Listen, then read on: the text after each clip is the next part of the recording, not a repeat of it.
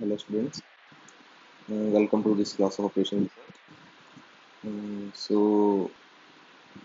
Until now we have studied about the graphical method, right, uh, to optimize our problems, and also we have in last class we have seen about the various types of solutions, right. Like we have unbound solutions, we have definite solution, single solution, multiple solution, or there might be a situation when we are unable to get any feasible solution, right. So we have came across various sort of solutions, and we have also seen that how to plot the various equations graphically and find the optimum solution. So now further, as we have seen, as I have told you that to use the graphical method, we can have maximum plot two equations, right, along with the isocost line. And if we have more variables in our equations or in our problem statement, then it is not possible. It is not much. We are not much comfortable to solve that equation graphically.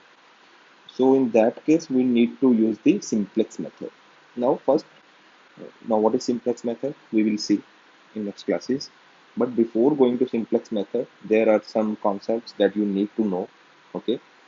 So yeah, so in this class, what we are going to see, we will introduce the slack variable. We will see what slack variable is, right? Like here it's mentioned, slack variable. It's important concept, and you must know this before moving to simplex method.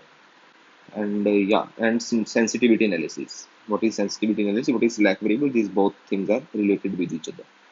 So first of all, what we mean by sensitivity? So sensitivity is it's like whenever we want to optimize any problem, let's say we have a certain problem and we want to optimize that, right. Now we want to know that after changing certain variable, how much effect does it have on our final motivation, right. Let's say you want to make the profit. Let's say you run an industry and you want to make a profit in that industry, and you have two variables, right. You can either increase the manpower, okay, you can hire new people, hire new laborers and all that, or you can buy new machines, okay, you can invest on the infrastructure of your industry. And now you want to calculate that what is more beneficial to you, that if I put this much effort, if I increase the manpower, then how much will it impact my profit, okay, or how much it will affect my cost, or and if I increase the machine power, if I increase the if I improve my infrastructure, how much effect will it have on my profit or my cost. Okay. So you need to know. So that is called sensitivity. But how that our final profit or final cost price, how much sensitive is it to any certain variable? Okay.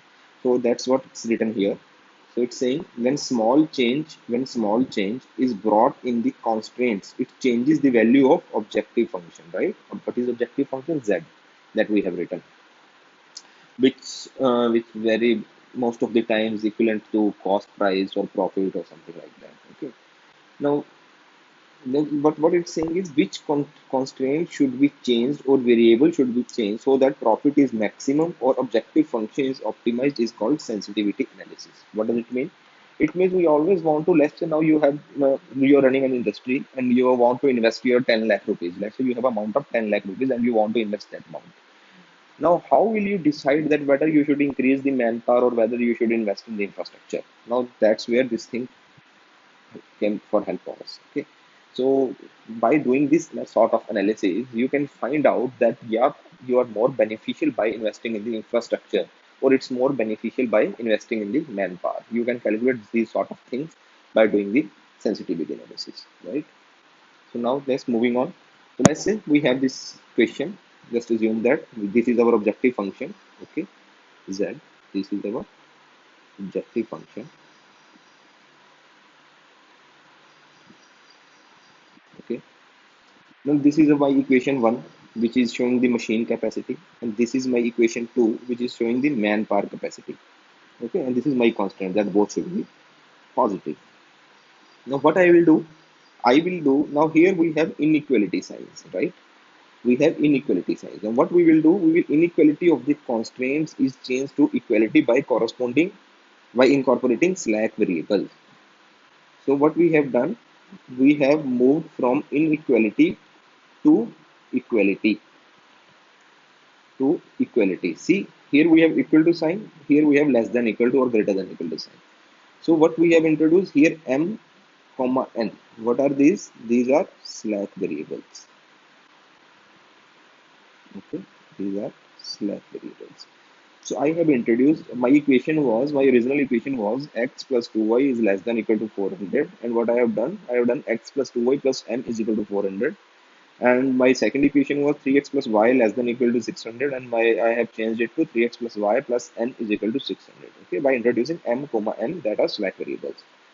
So now what we need to do, now our next task is to calculate the z z in the form of m and n, or in the form of slack variables. How we'll do that? First of all, we will x comma y are to be calculated in terms of slack variables, and objective function is also to be expressed in terms of slack variables. What's saying that first of all we need to present x in the form of slack variable, then y in the form of slack variable, then we will finally put these values of x and y in our objective function, that is z, and we will find the equation of z in the form of slack variable. Let's see what I'm saying. So we have this equation x plus 2y plus m is equal to 400. So I can write it as x is equal to 400 minus 2y minus m. I've just changed it, and x will be equal to 1 by 3 into 600 minus y minus n by using this equation. Okay, it is basically you doing this equation is this and this is this. Okay, I have modified these equations. I have calculated the x from the both the equation. I will equate these equations, right? Both are the x, so I will equate these both equations, and I will find out that this is my equation of y in the form of m and n. See, I have calculated the value of y in the form of m and n. Similarly, I have calculated the y, so I calculated the value of x in the form of m and n. So what we have done until now? So first of all, there was our basic equation that we have used in graphical method. Okay. Then we changed the inequality signs to equality signs by introducing the slack variables m and n. Then further, what we have done, we have calculated the values of x and y in the form of m and n. Right. Now our next task is to calculate the value of z in the form of m and n. So what I will do, now I have the value of y, I have the value of x, so I will put it in z. What was my z equation? Z was equal to x plus y, right? Z was equal to x plus y. So I will basically add these both equations, and that will be my z. So now this is quite interesting now. So what we have here is z is equal to 280 minus 0.8 m minus 0.2 n. Now here m and n are called slack variables, that is ideal capacity variable. So what does it mean? It means that if 1 unit of machine capacity is unused, the profit is affected by rupees 0.8, which is the coefficient of m. Now, what this signifies, this equation is very important, as what it shows that now m, where I have introduced m was introduced in the machine capacity, right? M was introduced in the machine capacity. So it means that if I am adding one machine or if I am removing one machine, it will affect my profit, which will be equal to 0.8. Okay, which is the coefficient of m. So basically what I want to say is that the coefficient of the slack variables in your objective function implies how much it will affect the cost, right, or profit. Okay, so see now how directly we can say that which is impacting more. Now which is impacting more, whether it's manpower. Here m signifies manpower, sorry, machine. M signifies machine and n signifies manpower. Okay, so now if I ask you that which is more important or which is more sensitive or which is affecting more of my objective function or my profit or cost, it's machines, right? That is, if I am increasing my infrastructure, I am improving my infrastructure or adding a certain machine, then it's affecting my profit more, right? Yeah. Similarly, if 1 unit of manpower is unused, it affects the profit by rupees 0.2, which is the coefficient of n. Okay. So now, yeah, the very big, similarly, we have a concept of shadow price, okay, or it's called unit worth or dual price also. It's the same thing. It's basically what it's saying is if 1 unit of extra machine capacity is available, its contribution to the profit could be rupees 0.8, okay, which is the coefficient of n. Similarly, 1 unit of extra manpower capacity has contribution of rupees 0.2 unit on profit, okay. So yeah, what it's saying is that First of all, we write the objective function in the form of slack variables. Okay. And now what it's saying is what this thing is called the coefficients of the slack variables or called the shadow prices. It is basically the shadow prices. What is shadow prices? Like now, let's say you have 10 machines right now in your industry. Okay, let's say that you have 10 machines working right now and 15 employees are working on those 10 machines. Now, why it's called shadow price? We are just calculating, it's not there, it's not existing. We are just saying that if I buy one more machine, how much it will affect my profit, right? So that's a shadow price that we are calculating beforehand. That idea, I have this much of money. Now I want to invest. That if I include new manpower, and then it will improve my efficiency up to this amount.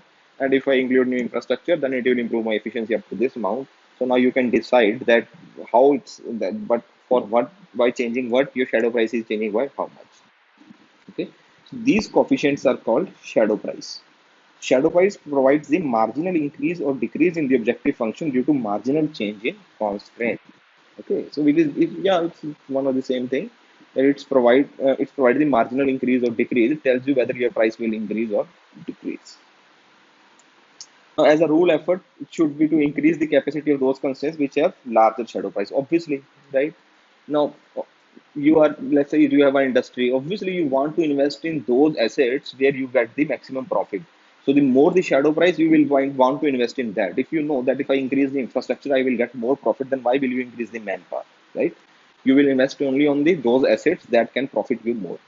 Okay, so we'll always prefer to change or to invest in those variables which have larger shadow price. Okay, we always want to invest in those variables which have larger shadow price. So I hope you now clearly understood the concept of slack variables, because it is very important to basically understand this slack variable is. Without this, you will not be comfortable with the simplex method, which we are going to study in next class. Okay, so if you have any doubts, you can ask it in comments. We will meet in next class. Bye bye.